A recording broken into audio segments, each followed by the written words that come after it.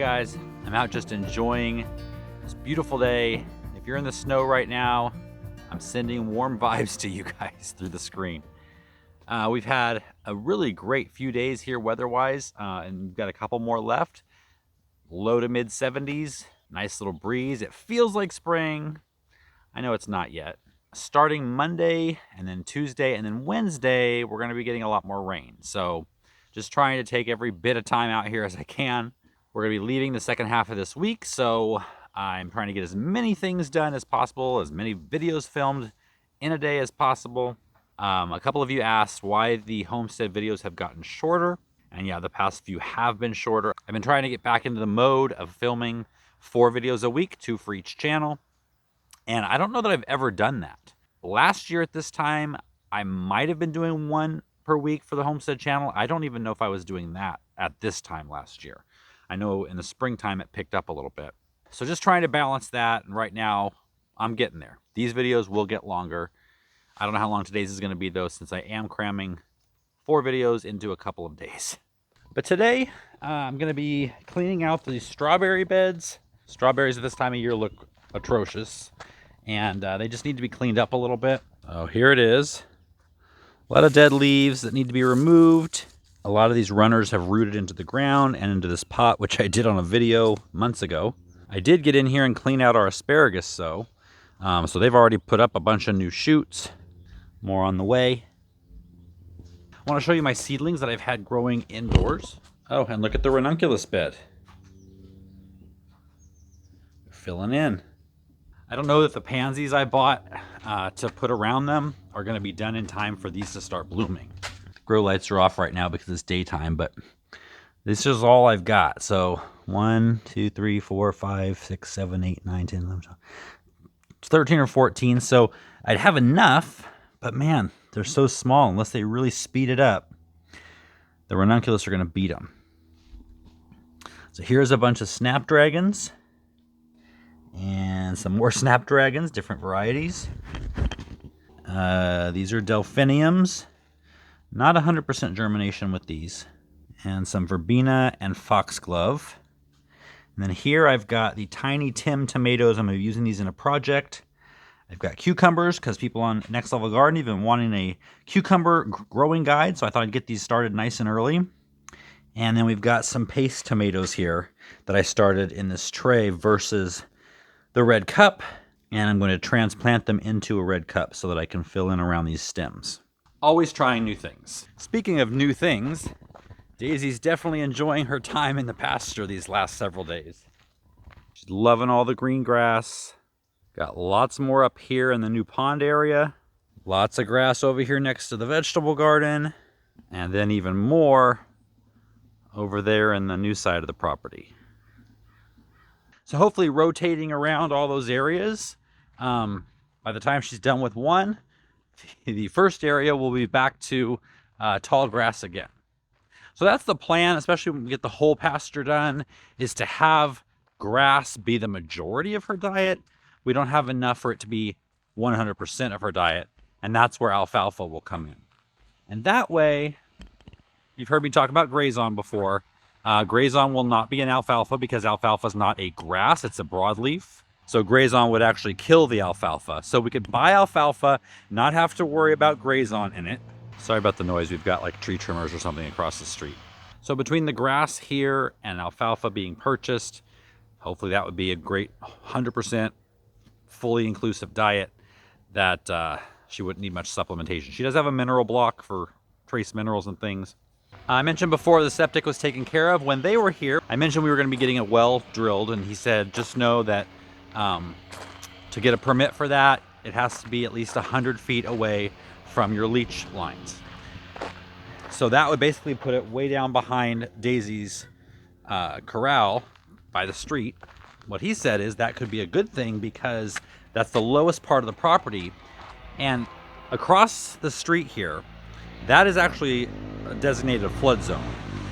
And there's a stream that runs through that area.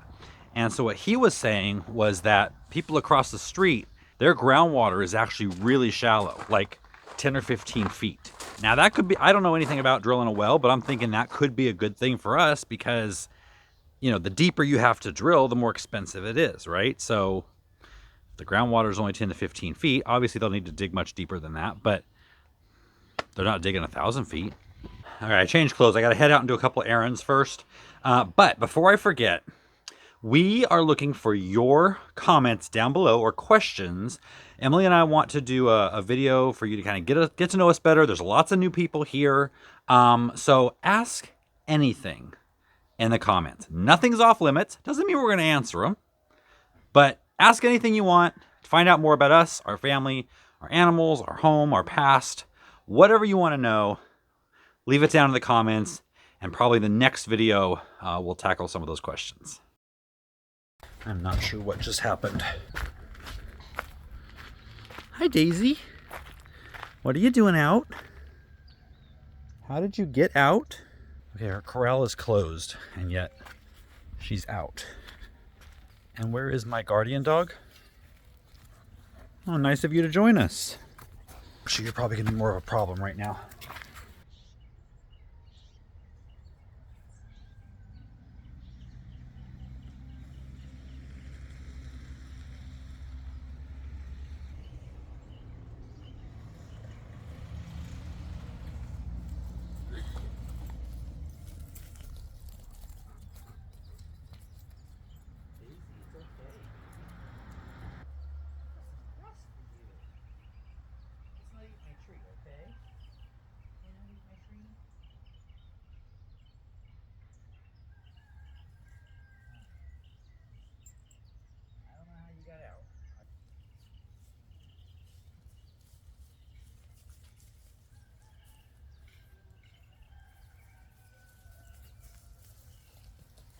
All right, well, she's tied up. Now I got to figure out how she got out. This is quite concerning, as neither one of the gates are open. And even more concerning is I don't see any footprints down here. Oh wait, yep, there's some. I'm gonna check around the back if there's any hoof prints back here. But how in the world did she get out? I mean, surely she didn't jump over this. Right? I have no clue. No clue whatsoever. There's no hoof prints on the outside of this back gate. So if she jumped out, it would have had to be right here. I mean, I don't see how there's any other explanation. All right, I got Bella locked out here with her now. I'm leaving her out, tied up for now. She can just enjoy the grass, but am I rewarding her for bad behavior? I don't know. I don't know how she got out. I don't know now what to do about it. It looks like she walked right next to the electric fence. Whether she touched it or not, I don't know. That's the only thing I'm worried about is her getting out there. If she just kind of bolts through it and doesn't even realize that she's been shocked. I don't know. I don't know what to do. For all of you who are asking why she still has the halter on, this is why. She's not ready yet to be out there. Fortunately, she let me go up to her, but as soon as I started to grab her halter, she started to try to get away.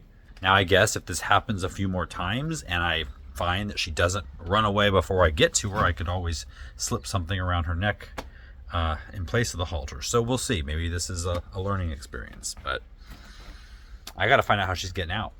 All right, it's the next day, nice and sunny again, and I'm going to tackle this strawberry bed. So yesterday when I was out here working, one of our neighbors came by and wanted to talk to me, and my personality is, what did I do? Sit. Sit. Good girl. I can't hold your hand all the time, and I appreciate you not biting my hand. Thank you. So anyway, she let me know that her husband has been put into a dementia care facility. I kind of knew that was kind of happening. We hadn't really talked much about it, but unfortunately, they're gonna need to sell their house. And it kind of just hit me. I mean, obviously it's a sad situation, but They've lived there for probably 40 years. A lot of people right here on this little drive have lived here for about 40 years. The guy next door, across from the pasture, he's lived here his whole life, 70 something years. So it must be a nice area that people don't want to leave. So that's nice. But anyway, she's gonna have to leave now, and I know that's got to be number one to, you know, not be able to live with your husband anymore just like that. No, I am talking. No, you're always talking, Dad. Anyway, no, still trying to just let me be when I need to be let be, and we're not having it right now, are we? Pa, no. So it got me to thinking, 40 something years ago, whenever it was, they moved into this house with hopes and dreams, and they raised their kids here in a similar situation as we are right now. And I was talking with her, and she was, saying how much she was going to miss it here. There's certain things she's going to have here that she's not going to have living in town. And she hasn't lived in town for, well, I don't know if they moved from town to here 40 years ago or what, but things are going to change a lot for her. And it kind of made me start to think about, my own situation and how difficult it would be to have to leave here because of, some health or life situation. And unfortunately, with the combination of ADHD and anxiety and a history of depression, talking about me, that sends you on this spiraling path. And I start to think about, how soon would that be before I have to leave here, and what would be the circumstances, and would it be something wrong with me or Emilie or Noah, and then what that situation might be, and what would I do if I left here, and that's how my mind works. Anybody out there have a similar situation? But I know from my years of therapy that that's not going to help anybody. So instead, like I mentioned a few videos back, it's about shifting the perspective and thinking about how fortunate I am right now to have my health, to have my family, to have a house, a place, that we can call our own and do what we want to do, and realize that right now, some of the best time of my life is just right now. And you go day to day until something like this comes up. You go day to day and you just don't even realize it, let alone sit back and just take it in and just be grateful. I spent so many years not only not remembering to be grateful, but not allowing myself to be grateful, not allowing myself to be in a place of happiness and joy. Even when things were going well, I would not let myself feel it. Part of it was subconscious, part of it was a conscious decision. And truly, it was to protect myself, because I felt like if I had too much joy, when something was going to come along and knock me off that pedestal, because that has happened in my life. So if I don't allow myself to feel the heights of that joy, then maybe I won't feel as low of the depths whenever they come about. Saying it out loud sounds ridiculous, but I know there are many others who do the same thing. I don't remember where I heard this story, but I'm going to pass it along because it was powerful to me. It was about a man who felt the exact same way I did. He didn't want to let the joy into his life because he had had so many letdowns in his life, and he felt that if he didn't climb the ladder to the joy, then he wouldn't have to climb down the ladder into the sadness or sorrow if something ever happened. And so he did. He guarded himself from joy, which sounds like a ridiculous thing, but I do it. And turns out that his wife ended up dying suddenly. And he said that as much as he thought that protecting himself from joy would relieve him of sorrow, it didn't do a bit of good. He was just as sorrowful as he could possibly be. And he realized at that moment what a waste of life and the joy that he could have experienced with his wife while she was alive. And now not only was she gone, but he doesn't have that joy to hold on to because he was protecting himself from the way that he eventually ended up feeling anyway. So that story meant a lot to me. It really impacted my life. And so after hearing this news yesterday about my neighbor, after going down a path that I should not have allowed myself to go down, I consciously made the decision that I would examine the joy that I had in my life right now, because I may be able to experience that for another 40 years or another 40 minutes. But being in a place of worry and of keeping myself in, a catatonic state and not experiencing the highs, it's not going to keep me from feeling the lows whenever those happen. So I'm just making it a point to, whatever I'm doing right now, like this mundane task of, clipping these strawberry runners and getting these dead leaves out of here, I'm enjoying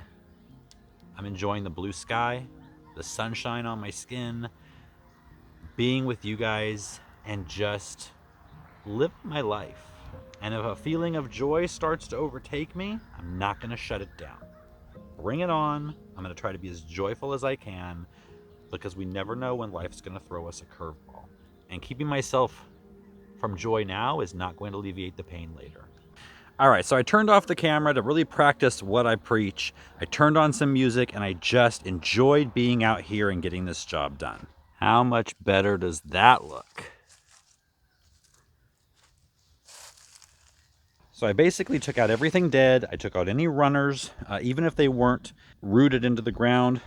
I don't have time to wait for them to do that. Plenty of them did. In fact, there's lots that are back here on the asparagus side that I'm going to take out.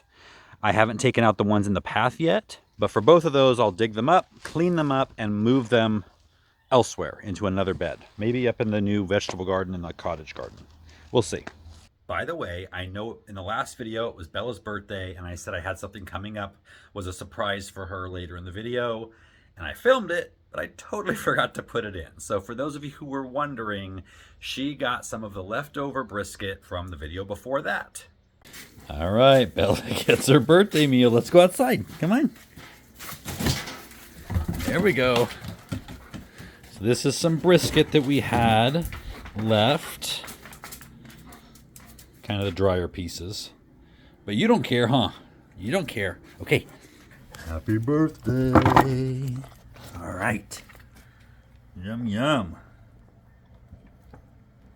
I hope that you're okay with me kind of sharing my feelings like this. I really want this platform to be a positive space, and any kind of, negativity, like life things, just like I was talking about, I'm always going to try to use it for the better. And I'm going to talk about it. If I think it's something that's going to benefit someone else, like it's benefited me, I think it's important.